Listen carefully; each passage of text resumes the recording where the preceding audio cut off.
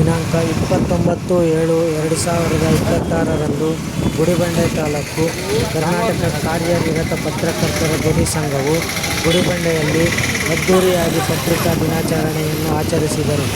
ಈ ಸಂದರ್ಭದಲ್ಲಿ ಗಣ್ಯ ವ್ಯಕ್ತಿಗಳ ಗೈರು ಹಾಜರಿಯೊಂದಿಗೂ ನೆರೆದಿದ್ದ ಗಣ್ಯ ವ್ಯಕ್ತಿಗಳ ಹಾಗೂ ಪತ್ರಿಕಾ ಸಂಘದ ಸದಸ್ಯರುಗಳು ಹಾಗೂ ಕರ್ನಾಟಕ ಕಾರ್ಯನಿರತ ಪತ್ರಕರ್ತರ ಧ್ವನಿ ಸಂಘದ ಗುಡಿಬಂಡೆ ತಾಲೂಕು ಅಧ್ಯಕ್ಷರಾದ ಮೊಹಮ್ಮದ್ ನಾಜೀರ್ರ ಅಧ್ಯಕ್ಷತೆಯಲ್ಲಿ ಹಾಗೂ ಕ್ಷೇತ್ರ ಶಿಕ್ಷಣಾಧಿಕಾರಿಗಳಾದ ಕಾಡೇಗೌಡರ ಸಹಭಾಗಿತ್ವದೊಂದಿಗೆ ತಾಲೂಕು ಅಧ್ಯಕ್ಷರು ಹಾಗೂ ಎಲ್ಲ ಕಾನಿಪ ಸಂಘದ ಪದಾಧಿಕಾರಿಗಳ ಸಹಯೋಗದೊಂದಿಗೆ ಅದ್ದೂರಿಯಾಗಿ ಪತ್ರಿಕಾ ದಿನಾಚರಣೆಯನ್ನು ನೆರವೇರಿಸಲಾಯಿತು. ಈ ಸಂದರ್ಭದಲ್ಲಿ ಎಲ್ಲ ಪತ್ರಕರ್ತರಿಗೂ ಹೆಲ್ಮೆಟ್ನೊಂದಿಗೆ ಸನ್ಮಾನಿಸಲಾಯಿತು.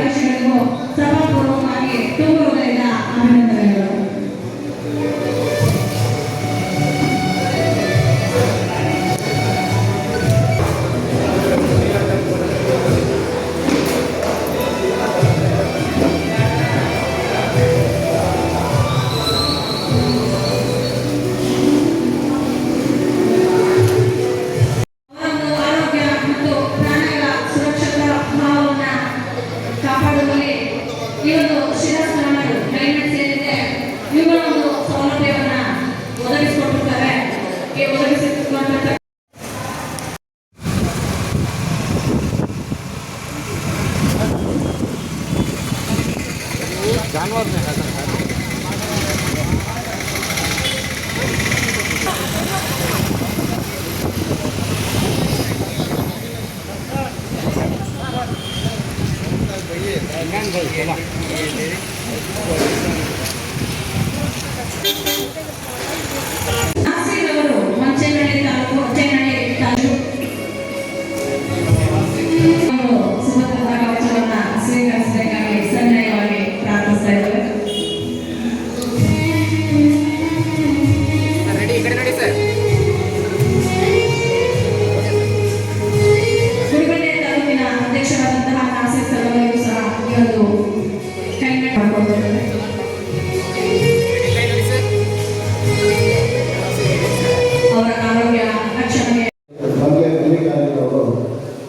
ಅವರಿಗೆ ಸಂಸ್ಥಾಪಕರು 4ನೇ ಸಮ್ಮೇಳನ ಇರುವಂತಹ ಅವ್ರಿಗೂ ಒಂದು ಧನ್ಯವಾದಗಳು ತಿಳಿಸ್ತಾ ಇದ್ದೀನಿ.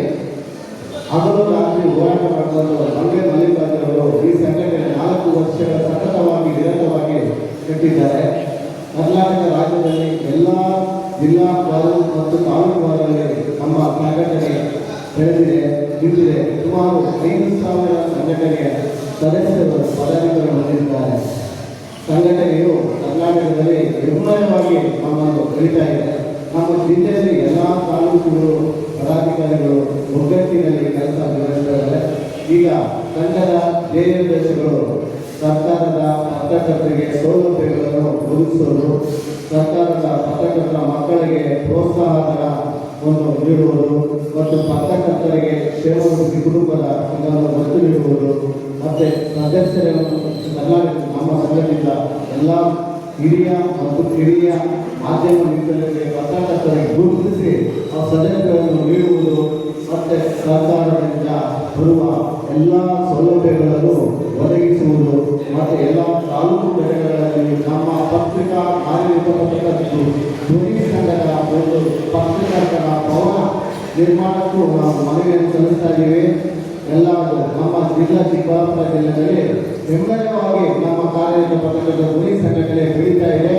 ಪತ್ರಕರ್ತರ ಜೀವನ ಅನ್ನೋದು ಸಾಮಾನ್ಯ ವ್ಯಕ್ತಿಯಲ್ಲ, ಸಾಮಾಜಿಕ ಹೋರಾಟದಲ್ಲಿ ನಾವು ಜೀವನದಲ್ಲಿ ಸಮಾಜದ ಸತ್ಯಾಂಶವನ್ನು ಹೊರಹೊಮ್ಮುವುದರಲ್ಲಿ ಮತ್ತು ಅಸಹಾಯಕರ, ದಲಿತರ, ಮಹಿಳೆಯರ ಮತ್ತು ರೈತ ಕುಟುಂಬದವರಿಗೆ ಎಲ್ಲ ಧ್ವನಿಯಲ್ಲಿ ನಾವು ನಿಲ್ಲಬೇಕು, ಅವರು ನ್ಯಾಯ ಒದಗಿಸಬೇಕು ಅಂತ ನಮ್ಮ ಸಂಘಟನೆ ಬೆಳೆದು ನಿಂತಿದೆ. ಧ್ವನಿ ಎತ್ತಾ ಇದೆ. ಬಹಳ ಜನರಿಗೂ ಒಂದು ನೆರವಾಗಿರುತ್ತದೆ ಸಮಾಜದಲ್ಲಿ. ಈಗಿನ ಕಾಲದಲ್ಲಿ ತಂತ್ರಾಂಶದ ಜಾಲತಾಣದಲ್ಲಿ ನಾವು ಈಗ ಸಾಮಾಜಿಕ ಜಾಲತಾಣದಲ್ಲಿ ಹೊರಹೊಮ್ಮಿದ್ದೀವಿ. ಸಾಮಾಜಿಕ ಜಾಲತಾಣ ಅಂದರೆ ಈಗ ನ್ಯೂಸ್ ಮಾಡೋದ್ರಲ್ಲಿ ಫೇಸ್ಬುಕ್, ಟ್ವಿಟರ್ ಮತ್ತು ಯೂಟ್ಯೂಬ್ ಚಾನೆಲ್ಗಳಲ್ಲಿ ಸತ್ಯಾಂಶಗಳು ನಾನು ಮೊದಲು ನೀವು ಮೊದಲು ಅನ್ನೋ ಜಾಲತಾಣದಲ್ಲಿ ನೈತಿಕತೆ ಮತ್ತು ಜಾಲದ ಸತ್ಯಾಂಶವನ್ನು ಮರೆತು ಬಿಟ್ಟು ಸುದ್ದಿ ಮಾಡ್ತಾರೆ. ಆದರೆ ನಮ್ಮ ಸಂಘಟನೆ ಕಾರ್ಯಕರ್ತರು ಎಲ್ಲ ಪರಮಿತ ಧ್ವನಿ ಸಂಘದವರು ನೈತಿಕತೆಯಿಂದ ಸತ್ಯಾಂಶವನ್ನು ಹೊರಹೊಮ್ಮೆ ಧ್ವನಿಯಲ್ಲಿ ನಿಂತಿದ್ದಾರೆ. ಎಲ್ಲ ಸತ್ಯಾಂಶ ವರದಿಯನ್ನು ಸುದ್ದಿಯನ್ನು ಪತ್ರಕರ್ತರು ಮಾಡ್ತಾ ಇದ್ದಾರೆ.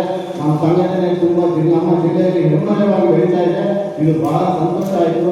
ಈ ದಿನ ಒಂದು ಸಣ್ಣ ತಾಲೂಕಿನಲ್ಲಿ, ಗುಲ್ಬರ್ಗ ತಾಲೂಕಿನಲ್ಲಿ, ನನ್ನ ತಾಲೂಕಿನಲ್ಲಿ ಇವತ್ತು ತಾಲೂಕು ಅಧ್ಯಕ್ಷರಾದ ಮೊಹಮ್ಮದ್ ನಾಸೀರ್ ಮತ್ತು ಉಪಾಧ್ಯಕ್ಷರಾದ ಅಜಿನಪ್ಪ ಮತ್ತು ಕಲ್ಯಾಣಿಯಾದ ಸತೀಶ್ ಅವರು ಮತ್ತು ವೆಂಕಟೇಶ್ ಎಲ್ಲ ಪದಾಧಿಕಾರಿಗಳು ಸೇರಿಕೊಂಡು ಈ ಪತ್ರಿಕಾ ದಿನಾಚರಣೆಯನ್ನು ನಮ್ಮ ಕಾರ್ಯಕರ್ತರ ಧ್ವನಿ ಸಂಘದ ಮತ್ತು ಹೆಮ್ಮೆಯವಾಗಿ ಅದ್ದೂರಿಯಾಗಿ ಮಾಡಿದ್ದಾರೆ. ನನಗೆ ಬಹಳ ಸಂತೋಷವಾಯಿತು. ಇದೇ ತರ ಎಲ್ಲ ತಾಲೂಕು ಪದಾಧಿಕಾರಿಗಳು, ತಾಲೂಕು ಘಟಕದ ಪತ್ರಿಕಾ ದಿನಾಚರಣೆ ಮಾಡಿ ನಮ್ಮ ಜಿಲ್ಲೆಯಲ್ಲಿ ಹೆಮ್ಮೆಯ ಬೆಳೆದು ನಿಂತು ನಮ್ಮ ರಾಜ್ಯ ಸಂಸ್ಥಾಪಕರಾದ ಬಂಗಾರ ಮಲ್ಲಿಕಾರ್ಜುನ್ ಅವರಿಗೆ ಒಂದು ಒಳ್ಳೆಯ ಹೆಸರು ನಮ್ಮ ಸಂಘಟನೆ ಬೆಳೆಸಬೇಕು ಅಂತ ನಾನು ಆಶೀರ್ವಾದ ಮಾಡ್ತಾ ಇದ್ದೀನಿ. ಅದು ನಿಂತಿದ್ದೀವಿ. ಅವ್ರು ಬಂದಾಗ ಇದೇ ತಾಲೂಕು ಆಗಸ್ಟ್ 8ನೇ ತಾರೀಕು ರಾಜ್ಯ ಸಮ್ಮೇಳನ, 4ನೇ ಸಮ್ಮೇಳನವನ್ನು ಹಮ್ಮಿಕೊಂಡಿದ್ದಾರೆ ನಿರ್ಮಾಣದಲ್ಲಿ ಅದ್ದೂರಿಯಾಗಿ. ನನ್ನ ಜಿಲ್ಲಾವಾರು ಪದಾಧಿಕಾರಿಗಳು ಮತ್ತು ತಾಲೂಕು ಪದಾಧಿಕಾರಿಗಳು ಎಲ್ಲರೂ ಭಾಗವಹಿಸುತ್ತಿರುವುದು ಒಂದು ಮನವಿ ಮಾಡ್ತಾ ಇದ್ದೀನಿ. ಸುಮಾರು 15 ವರ್ಷ ನಮ್ಮ ಸರ್ವಿಸ್ ಪತ್ರಕರ್ತರಾಗಿ ನಾವು ಕೆಲಸ ಮಾಡ್ತಾ ಇದ್ದೀವಿ. ಯಾವುದು ಏನೂ ತೊಂದರೆ ಇಲ್ಲ. ಆದರೆ ನಮ್ಮ ಜೊತೆ ಕೆಲವರು ಇರ್ತಾರೆ, ಅವ್ರಿಗೆಲ್ಲ ಬೇಕಲ್ಲ ಒಂದು ನಮಗೆ ಕೆಲಸ ಮಾಡಿ ಅಂತ ನಮ್ಮ ಧೈರ್ಯ ಕೊಟ್ಟರು. ಆಗ ನಾವು ಒಂದು 7 ಜನ ನಾವೆಲ್ಲ ಸೇರಿ ಈ ಸಂಘಟನೆಯನ್ನು ಉದ್ಘಾಟನೆ ಮಾಡ್ತೀವಿ. ಬಿಡುಗಡೆ ಕಾಲದಲ್ಲಿ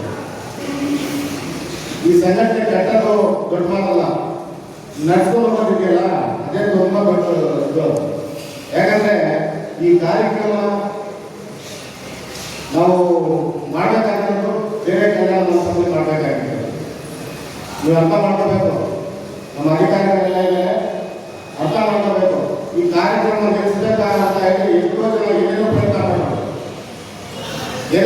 ಮಾಡ್ತಾರೆ, ಆದರೆ ಯಾಕೆ ಅದು ಮಾಡಕ್ಕೆ ಸಾಧ್ಯ ಆಗಿಲ್ಲ. ಯಾಕಂದ್ರೆ ನಾವು ನಿಯತ್ತಾಗಿ ಕೆಲಸ ಮಾಡ್ತಾ ಇದ್ದೀವಿ. ನಾನೇ ಅಂತಲ್ಲ, ನಮ್ಮ ಪತ್ರಕರ್ತರು ಎಷ್ಟು ಜನ ಇದ್ದಾರೆ ಎಲ್ಲ ಅವರು ಕೆಲಸ ನಿಯತ್ತಾಗಿ ಮಾಡ್ಕೊಂಡು ಹೋಗ್ತಾ ಇದ್ದಾರೆ. ಇನ್ನೊಂದು ನಾವು ಹೇಳಕ್ಕೆ ಬಯಸ್ತಾ ಇದ್ದೀವಿ, ಪತ್ರಕರ್ತರ ಅಂದರೆ ಒಂದು ಹೇಳಕ್ಕೆ ಚಿಕ್ಕ ಹೆಸರು, ಅದ್ರ ಹಿಂದೆ ಎಷ್ಟು ಕಷ್ಟ ಇರುತ್ತೆ ಅದು ಯಾರು ಗೊತ್ತಾಗಲ್ಲ. ನಮಗೂ ಹೆಂಡತಿ ಮಕ್ಕಳು ಇರ್ತಾರೆ, ಯಾರು ಫೋನ್ ಮಾಡ್ತಾರೆ, ಸರ್ ಇದೆಲ್ಲ ಆಕ್ಸಿಡೆಂಟ್ ಆಗಿದೆ ಅಂತಾರೆ. ನಾವು ಹೋಗ್ಬೇಕಂದ್ರೆ ಸರ್ ಇದೆಲ್ಲ ಗಲಾಟೆ ಆಗ್ತಾ ಇದೆ, ಅಲ್ಲಿ ಓಡಬೇಕು. ಇಷ್ಟೆಲ್ಲ ನಾವು ಮಾಡ್ಕೊಂಡು ಹೋಗ್ತಾ ಇದ್ದೀವಿ.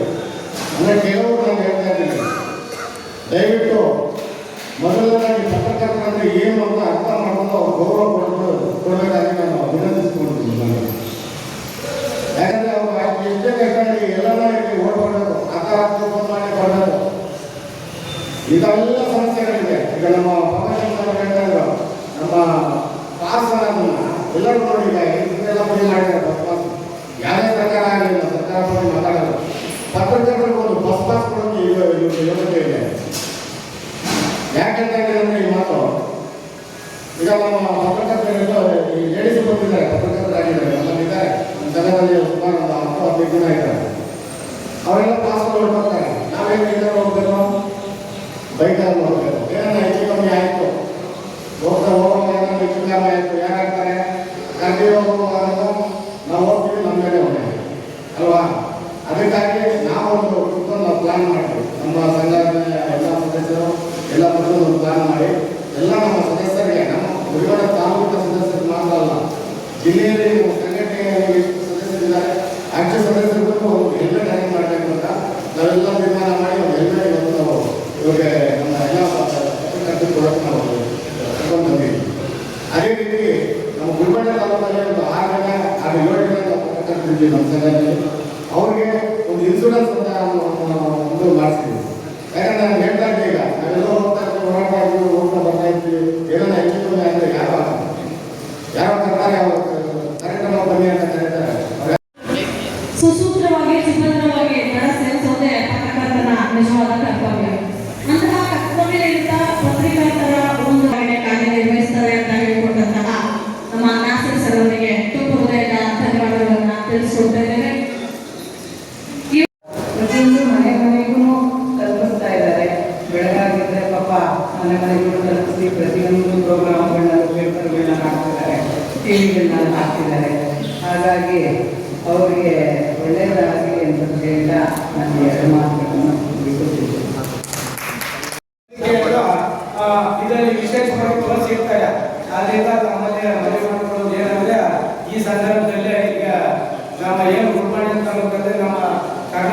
ಕಾರ್ಯನಿರತ ಪತ್ರಿಕಾ ಸಂಘದ ಬಳಿ ಇದೊಂದು ಕಚೇರಿಯನ್ನು ಉದ್ಘಾಟನೆ ಮಾಡಿರೋದು ನಮ್ಗೆ ಸಂತೋಷವಾದ ಸುದ್ದಿ, ಸಂತೋಷ ಆಗಿದೆ. ಅದರಿಂದ ದಯವಿಟ್ಟು ಈ 4-5 ಮಾತಾಡಲು ಅವಕಾಶ. ಬಂಗ್ಲೆ ಮಲ್ಲಿಕಾರ್ಜುನರವರು ಸುಮಾರು 4 ವರ್ಷಗಳ ಹಿಂದೆ ರಾಜ್ಯ ಮಟ್ಟದಲ್ಲಿ ಹಾನಿಮ ಧ್ವನಿ ಸಂಘಟನೆಯನ್ನು ಕಟ್ಟಿ ಇಡೀ ರಾಜ್ಯಾದ್ಯಂತ ಎಲ್ಲ ಜಿಲ್ಲೆಗಳಲ್ಲಿ ಎಲ್ಲ ತಾಲೂಕು ಕೇಂದ್ರಗಳಲ್ಲಿ ಅತ್ಯಂತ ವಿಜೃಂಭಣೆಯಿಂದ ಸಂಘಟನೆಯನ್ನು ಕಟ್ಟಿ ಸಂಘಟನೆ ಬಲಪಡಿಸುವ ಕೆಲಸವನ್ನು ಮಾಡ್ತಾ ಇದ್ದಾರೆ. ಈಗಾಗಲೇ ಜಿಲ್ಲಾ ಸಮ್ಮೇಳನ ಮಾಡಿ ಯಶಸ್ವಿಯಾಗಿದ್ದಾರೆ, ತಾಲೂಕು ಸಮ್ಮೇಳನ ಮಾಡಿ ಯಶಸ್ವಿಯಾಗಿದ್ದಾರೆ. ಜೊತೆಗೆ ಪತ್ರಕರ್ತರಿಗೆ ಸಮಸ್ಯೆ ಆದಾಗ ಪತ್ರಕರ್ತರಿಗೆ ಸೌಲಭ್ಯಕ್ಕಾಗಿ ಹಲವಾರು ಹೋರಾಟಗಳನ್ನು ನಮ್ಮ ಬಂಗ್ಲೆ ಮಲ್ಲಿಕಾರ್ಜುನರ ನೇತೃತ್ವದಲ್ಲಿ ಯಶಸ್ವಿ ಹೋರಾಟ ನಡೆದಿದೆ.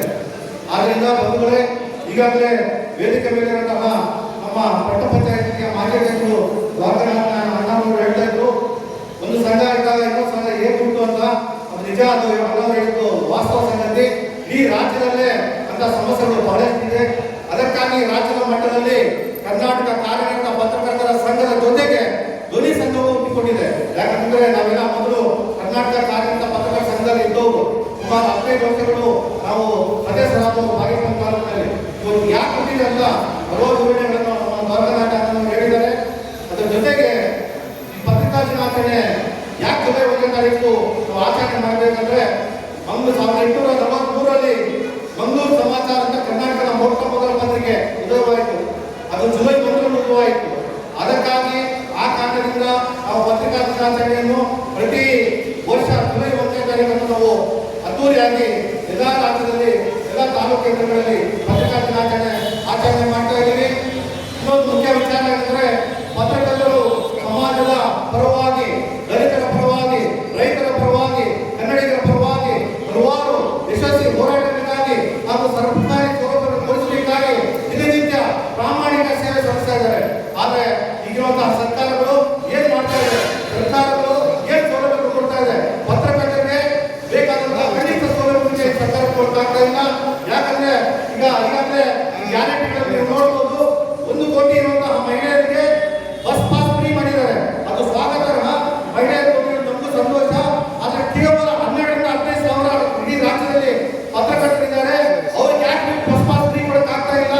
ನಮ್ ಬಸ್ ಪಾಸ್ ಕೊಡ್ಬೇಕಂದ್ರೆ ಹಲವಾರು ಮಾನದಂಡಗಳು, ಸಂಪಾದಕರ ಪತ್ರ ಬೇಕು, ಸಂಪಾದಕರು ಜಿಲ್ಲಾಧಿಕಾರಿ ಸಂಬಳ ಕೊಡ್ತಾರೆ ಪತ್ರ ಬೇಕು. ಯಾಕೆ ಪತ್ರಿಕೆಗಳಿಗೆ ಸಂಬಳ ಕೊಡ್ತಾರೆ? ಸರ್ಕಾರಕ್ಕೆ ಇದೆಲ್ಲ ಗೊತ್ತಿಲ್ವಾ? ಮಹಿಳೆಯರಿಗೆ ಬಸ್ ಪಾಸ್ ಕೊಡ್ಬೇಕಂದ್ರೆ ಆಧಾರ್ ಕಾರ್ಡ್ ಇದ್ರೆ ಸಾಕು. ಆದ್ರೆ ದಿನನಿತ್ಯ ಪ್ರಾಮಾಣಿಕ ಕೆಲಸ ಮಾಡುವಂತಹ ಪತ್ರಕರ್ತರಿಗೆ ಹಲವಾರು ಮಾನದಂಡಗಳು. ಯಾಕಿದು ಇಂಥ ಅನ್ಯಾಯ ಮಾಡ್ತಾರೆ ಸರ್ಕಾರಗಳು? ಮುಂದಿನ ದಿನಗಳಲ್ಲಿ ಪತ್ರಕರ್ತರ ಸಮಸ್ಯೆಗಳ ಬಗ್ಗೆ ಅವರಿಗೆ ಹೆಚ್ಚು ಸೌಲಭ್ಯವನ್ನು ನೀಡುವ ನಿಟ್ಟಿನಲ್ಲಿ ಬರುವಂತಹ ರಾಜ್ಯ ಸರ್ಕಾರ ಆಗಿರ್ಬೋದು, ಕೇಂದ್ರ ಸರ್ಕಾರ ಆಗಿರ್ಬೋದು, ಅವರಿಗೆ ಸೌಲಭ್ಯವನ್ನು ನೀಡಬೇಕಂತ ಈ ವೇದಿಕೆ ಮೂಲಕ ನಾನು ಕೇಳಿಕೊಳ್ಳುತ್ತೇನೆ. ಜೊತೆಗೆ ಈ ಬಾಗೇಪಲ್ಲಿ ತಾಲೂಕಿನ ವಿಧಾನಸಭಾ ಕ್ಷೇತ್ರದ ಉಡುಮಡೆ ತಾಲೂಕಾದಂತಹ ನಮ್ಮ ಪಕ್ಕದ ಉಡುಮಡೆ ತಾಲೂಕು ನಮ್ಮ ಆತ್ಮೀಯ ಸ್ನೇಹಿತರ ತಾಲೂಕಾದಂತಹ ಇದು ಸ್ವಾತಂತ್ರ್ಯ ಬಂದಾಗಿಂದ ಸಹ ಉಡುಮಡೆ ತಾಲೂಕು ಆಗಿದೆ. ಆದರೆ ಇದುವರೆಗೂ ಪ್ರತ್ಯೇಕ ಸಮಸ್ಯೆ ಆಗಿಲ್ಲ. ಯಾಕಿದು ಅನ್ಯಾಯ? ಇಡೀ ಬಾಗೇಪಲ್ಲಿ ವಿಧಾನಸಭಾ ಕ್ಷೇತ್ರದಲ್ಲಿ ಬಾಗೇಪಲ್ಲಿ ಕ್ಷೇತ್ರಕ್ಕೆ ಎಷ್ಟು ಅನುದಾನಗಳು ಹೋಗ್ತಾ ಇದೆ, ಬೇರೆ ಕ್ಷೇತ್ರಗಳಿಗೆ ಎಷ್ಟು ಅನುದಾನಗಳು ಹೋಗ್ತಾ ಇದೆ. ಉಡುಮಡೆಗೆ ಹಾಕಿಕೊಂಡು ಅನ್ಯಾಯ. ಯಾಕೆ ಇವರು ಅಭಿವೃದ್ಧಿ ಮಾಡೋ ಕೆಲಸವನ್ನು ಮಾಡಲಿಲ್ಲ? ಯಾಕೆ ಒಳ್ಳೆ ಶಾಲೆಗಳಾಗಲಿಲ್ಲ, ಒಳ್ಳೆ ಕಾಲೇಜುಗಳಾಗಲಿಲ್ಲ, ಒಳ್ಳೆ ಬಸ್ ನಿಲ್ದಾಣ ಆಗಲಿಲ್ಲ? ಇದಕ್ಕೆಲ್ಲ ಕಾರಣ ಮುಂದಿನ ದಿನಗಳಲ್ಲಿ ಎಲ್ಲರೂ ಒಗ್ಗಟ್ಟಾಗಿ ಎಲ್ಲ ಸಂಘ ಸಮಸ್ಯೆಗಳು ಪಕ್ಷಾತೀತವಾಗಿ ಎಲ್ಲ ಪತ್ರಕರ್ತರು ಸೇರಿ ಉಡುಮಡಿಯನ್ನು ಪ್ರತ್ಯೇಕವಾದ ಕ್ಷೇತ್ರ ಆಗುವವರೆಗೂ ಹೋರಾಟವನ್ನು ಮಾಡಬೇಕಂತ ವೇದಿಕೆ ಮೂಲಕ ನಿಮಗೆ ಕೇಳಿಕೊಳ್ತೇವೆ ಬಂಧುಗಳೇ. ಅದೇ ರೀತಿಯಾಗಿ ಈ ಕಾರ್ಯಕ್ರಮ ಅಚ್ಚುಕಟ್ಟಾಗಿ ನಿರ್ಮಿಸಲು ನಮ್ಮ ಹಾನಿಪಾತೋನಿಯ ಅಧ್ಯಕ್ಷರಾದಂತಹ ನಾಸೀರ್ ಅವರು ಹಾಗೂ ಸ್ನೇಹಿತರಾದ ಸತೀಶ್ ಅವರು, ಅನಿನಪ್ಪನವರು ಹಾಗೂ ಜೆ.ಕೆ. ಕೃಷ್ಣಾರೆಡ್ಡಿ ಅವರು ಹಾಗೂ ಎಲ್ಲ ಆತ್ಮೀಯರು ತುಂಬಾ ತಿಂಗಳ ಕಾಲದಿಂದ ತುಂಬಾ ಕಷ್ಟಪಟ್ಟು ಈ ಕಾರ್ಯಕ್ರಮ ಯಶಸ್ವಿಯಾಗಿ ನಡೆಯಲು ತುಂಬಾ ಕಷ್ಟಪಡ್ತಾ ಇದ್ದಾರೆ. ಯಶಸ್ವಿಯ ಕಾರ್ಯಕ್ರಮ ನಡೀತಾ ಇದೆ. ಅವರಿಗೆ ಸಹಕಾರ ಕೊಟ್ಟಂತ ನಿಮ್ಮೆಲ್ಲರಿಗೂ ವೇದಿಕೆ ಮೇಲೆ ಗಣ್ಯರು ವಂದಿಸುತ್ತಾ ಈ ಕಾರ್ಯಕ್ರಮದ ಹಿಂದೆ ಮೊಹಮ್ಮದ್ ನಾಸೀರ್ ಅವರನ್ನು ಮತ್ತೆ ಸತೀಶ್ ಅವರನ್ನು ಇರ್ತಕ್ಕಂಥ ಎಲ್ಲ ಪತ್ರಕರ್ತರು ಯಾವ ರೀತಿಯಾಗಿ ಕೆಲಸ ನಿರ್ವಹಿಸ್ತಾ ಇದ್ದಾರೆ, ಆ ಒಂದು ಕೆಲಸ ನಿರ್ವಹಿಸ್ತಾ ಇರ್ತಕ್ಕಂಥದ್ದು ಏನಂದ್ರೆ ನಮ್ಮ ಗುಡಿಬಂಡೆಯ ಇತಿಹಾಸ, ನಮ್ಮ ಗುಡಿಬಂಡೆ ಇತಿಹಾಸ ಯಾವುದೇ ಒಂದು ಕಾರ್ಯಕ್ರಮಗಳಾಗಲಿ, ಕನ್ನಡ ಸಾಹಿತ್ಯ ಪರಿಷತ್ತಿಂದ ಆಗ್ತಕ್ಕಂಥ ಕಾರ್ಯಕ್ರಮಗಳಾಗಲಿ, ಪಟ್ಟಣ ಪಂಚಾಯತಿಯಿಂದ ಆಗ್ತಕ್ಕಂಥ ಕಾರ್ಯಕ್ರಮಗಳಾಗಲಿ, ಮತ್ತೆ ಒಂದು ಇಒ ಆಫೀಸ್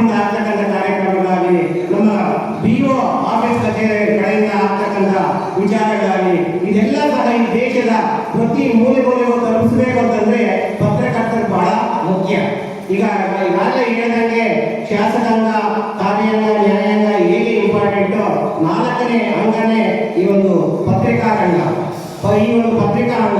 ಆದ್ದರಿಂದ ಇವರು ಬಹಳ ಯಾವುದೇ ರೀತಿಯಾಗಿ ಈ ಹಿಂದೆ ಇರ್ತಕ್ಕಂಥ ವಿಚಾರ ನೇರವಾಗಿ ಬರೀತಕ್ಕಂಥದ್ದು, ವಿಚಾರಗಳು ತಿಳಿಸ್ತಕ್ಕಂಥದ್ದು, ಮತ್ತೆ ಇವತ್ತು ಏನಾದರೂ ಒಂದು ತೊಂದರೆ ಆಗ್ತಾ ಇದೆ, ಜನಗಳಿಗೆ ಏನಾದರೂ ಇದಾಗ್ತಾ ಇದೆ ಅಂತಂದ್ರೆ ಈ ಒಂದು ಪತ್ರಿಕಾ ಮಾಧ್ಯಮದ ಮುಖಾಂತರ ಹೋದಾಗ ಸರ್ಕಾರಕ್ಕೆ ಗೊತ್ತಾಗುತ್ತೆ. ಸರ್ಕಾರದವರು ಬೇಗನೆ ಎಚ್ಚೆತ್ತು ಆ ಒಂದು ಕಾರ್ಯಗಳನ್ನು ಮಾಡ್ತಾರೆ. ಸಾರ್ವಜನಿಕರಿಗೆ ಎಲ್ರಿಗೂ ಸಹ ಅದನ್ನು ಅನುಕೂಲ ಮಾಡ್ತಕ್ಕಂಥ ಒಂದು ಯಾವುದಾದ್ರೂ ಇದೆ ಅಂತಂದ್ರೆ ಅದು ಕಾರ್ಯನಿರತ ಪತ್ರಕರ್ತರ ಧ್ವನಿ ಅಂತಕ್ಕಂಥದ್ದು. ಮತ್ತೆ ಹಾಗೆ ಕಾರ್ಯನಿರತ ಪತ್ರಕರ್ತರ ಧ್ವನಿ ಅದರ ಜೊತೆಗೆ ಕಾರ್ಯನಿರತ ಪತ್ರಕರ್ತರ ಸಂಘದ ಆರಂಭ ಇದೆ.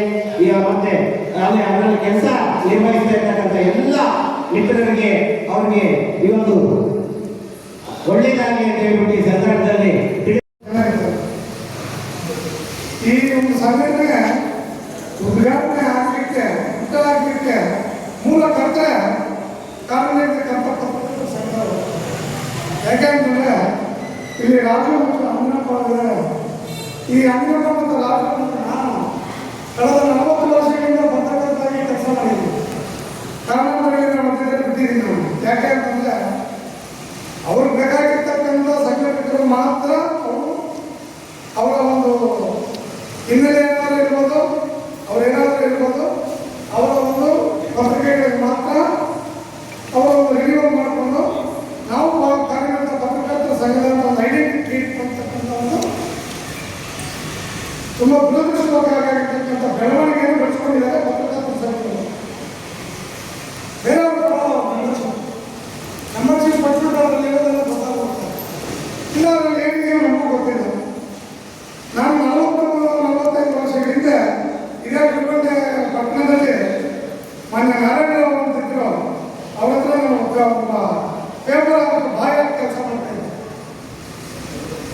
ಆವಾಗ ಇಷ್ಟೊಂದು ರಾಜಕೀಯಗಳಿರಲಿಲ್ಲ. ನರಸಿಂಹಮೂರ್ತಿಗಳು, ಪೇಪರ್ ನಾರಾಯಣರಾವ್ ಅವರು, ನಮ್ಮ ರಾಮಮೂರ್ತಿಗಳು, ಇವು 3-4 ಜನ. ಅವಾಗ ಅವರೆಲ್ಲ ಬಿಟ್ಕೊಂಡು ವಿಷಯವನ್ನು ಬಿಟ್ಕೊಂಡು ಸಂಕ್ಷಿಪ್ತವಾಗಿ ಕ್ಲೀನಾಗಿ ಬರೀತಾರೆ. ಇವಾಗ ಆ ರೀತಿ ಏನಿಲ್ಲ,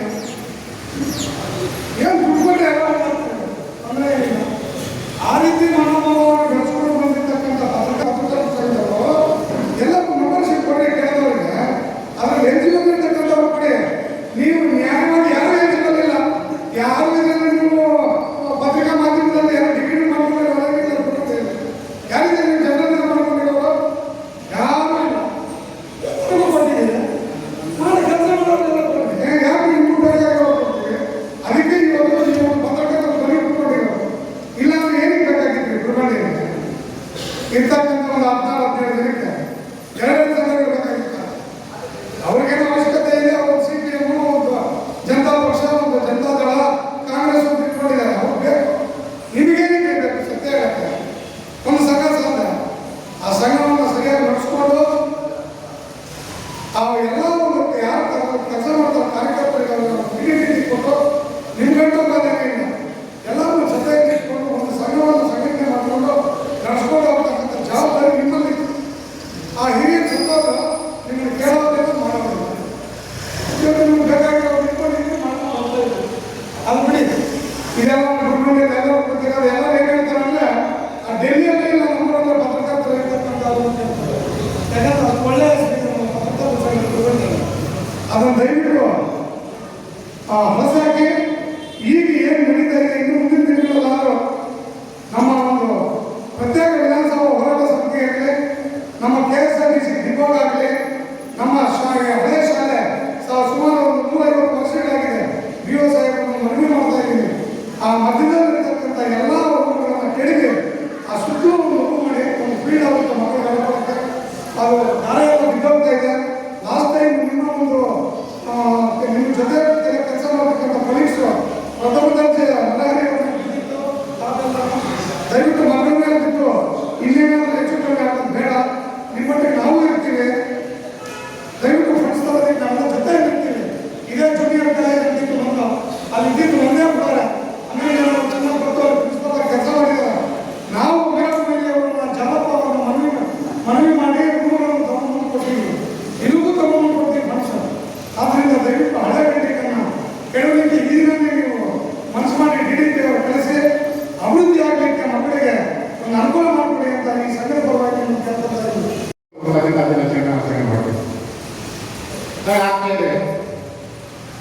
ನಮಗೆಲ್ಲ ಗೊತ್ತಿದೆ ನ್ಯಾಷನಲ್ ಆ್ಯಂಥಮ್.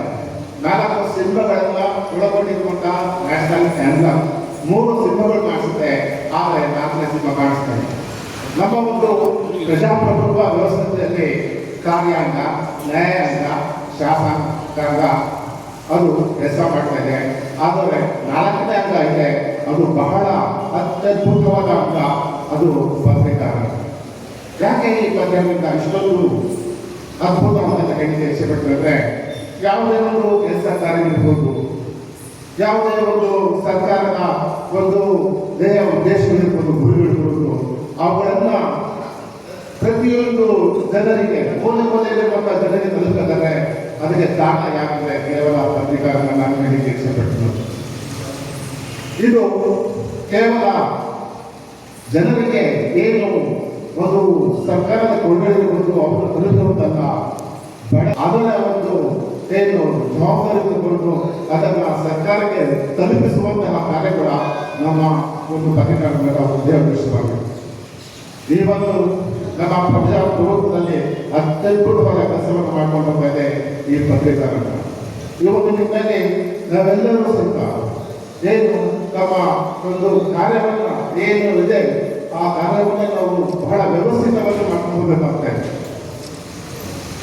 ಪ್ರತಿ ವರ್ಷ ಜುಲೈ 1ನೇ ತಾರೀಕು ನಾವು ಈ ಒಂದು ಪತ್ರಿಕಾರಂಗ ಆಚರಣೆ ಮಾಡ್ತೀವಿ. ನಮ್ಮ ಕರ್ನಾಟಕದ ಮೊದಲ ಪತ್ರಿಕೆ ಇದೆ, ಅದು ಮಂಗಳೂರು ಸಮಾಚಾರ. ಅಲ್ಲಿಂದ ಪ್ರಾರಂಭವಾದಂತಹ ಮಂಗಳೂರು ಸಮಾಚಾರ ಇಲ್ಲಿವರೆಗೂ ಬಹಳಷ್ಟು ವಿಸ್ತಾರವಾಗಿ ಹಮ್ಮಿಕೊಂಡಿದೆ. ಈಗಿನ ದಿನದಲ್ಲಿ ಒಂದು ಸರ್ಕಾರಕ್ಕೆ ಎಂತಹ ಒಂದು ಶಕ್ತಿ ಇದೆ ಅಂದರೆ ದೇಶದಲ್ಲಿರ್ತಕ್ಕಂತಹ ಅಂಕುಡೊಂಕುಗಳನ್ನು ತಿದ್ದಿ ಸನ್ಮಾನದಲ್ಲಿ ನಡೆಸ್ತಕ್ಕಂತಹ ಒಂದು ಶಕ್ತಿಯನ್ನು ನೀಡತಕ್ಕಂತಹ ಒಂದು ರಂಗ ಅಂದರೆ ಈ ಪತ್ರಿಕಾರಂಗ. ಕಾರ್ಯಾಂಗ, ಶಾಸಕಾಂಗ, ನ್ಯಾಯಾಂಗ ಎಲ್ಲಕ್ಕಿಂತಲೂ ಬಲಿಷ್ಠವಾದಂತಹ ಅಂಗ ಅಂದರೆ ಪತ್ರಿಕಾರಂಗ. ಎಲ್ಲ ಈ ಸಮಾಜ ವ್ಯಕ್ತಿಗತ ಯಾರು ಸಮಾಜದಲ್ಲಿರ್ತಕ್ಕಂತಹ ಕಾರ್ಯನಿರ್ವಹಿಸತಕ್ಕಂತಹ ಪ್ರತಿಯೊಬ್ಬ ವ್ಯಕ್ತಿಯ ತನ್ನ ಜೀವನವನ್ನು ಬದಲಾವಣೆ ಮಾಡಿಕೊಳ್ಳುವ ಒಂದು ಮಾರ್ಗ ಅಂದರೆ ಈ ಪತ್ರಿಕಾರಂಗದಲ್ಲಿ ಅಂತಹ ಶಕ್ತಿ ಇದೆ. ಅಂತಹ ಪತ್ರಿಕಾ ದಿನಾಚರಣೆಗೆ ನಮ್ಮನ್ನು ಕರೆದು ಆಹ್ವಾನ ಮಾಡಿ ಸನ್ಮಾನ ಮಾಡಿ ಉದ್ಘಾಟಕಾರಿ ತರಂತಹ ಈ ಒಂದು ಪತ್ರಿಕಾ ಗುಡಿಬಂಡೆ ತಾಲೂಕು ಘಟಕಕ್ಕೆ ನಾನು ವಂದಿಸುತ್ತಾ ನನ್ನ ಮಾತನ್ನು